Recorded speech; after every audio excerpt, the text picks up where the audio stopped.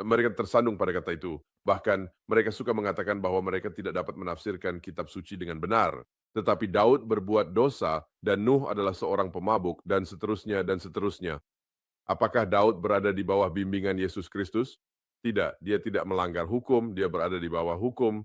Lucu sekali. Saya menandukan senat tentang hukum kepada Anda. Hukum Taurat tidak dapat melakukan apa yang Yesus lakukan. Hukum Taurat tidak dapat membebaskanmu dari dosa. Mungkinkah? Mari kita baca di sini. Tertulis di situ.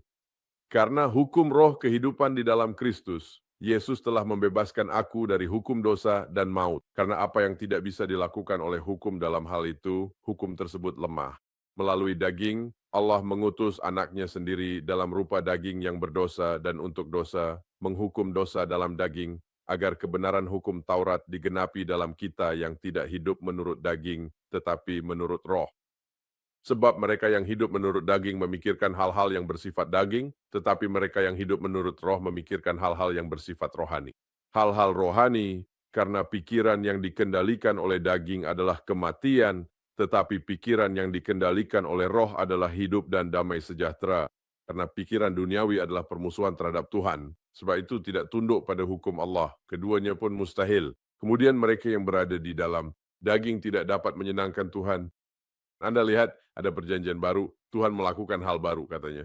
Yesus dan permainan pun berubah melalui Yesus. Anda memiliki akses kepada Tuhan untuk mengampuni semua dosa masa lalu Anda, untuk membuang dosa Anda sejauh timur, dan menjadikanmu makhluk baru yang tidak lagi berdosa. Kamu tidak lagi tunduk pada pangeran penguasa udara. Kamu tidak lagi harus menaati iblis. Jadi dia akan menyalibkan dagingmu dan menjadikanmu makhluk baru ini. Itulah mengapa Yesus berkata, jadilah kamu sempurna seperti Bapamu di surga adalah sempurna.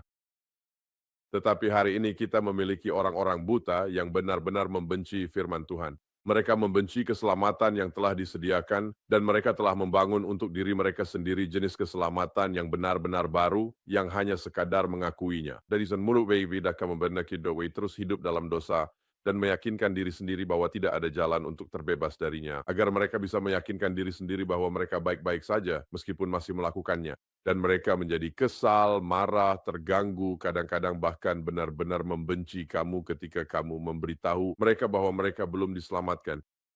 Ketika kamu mencoba membantu mereka memahami keselamatan, mereka menjadi, ya, mereka marah, mereka membenci Tuhan.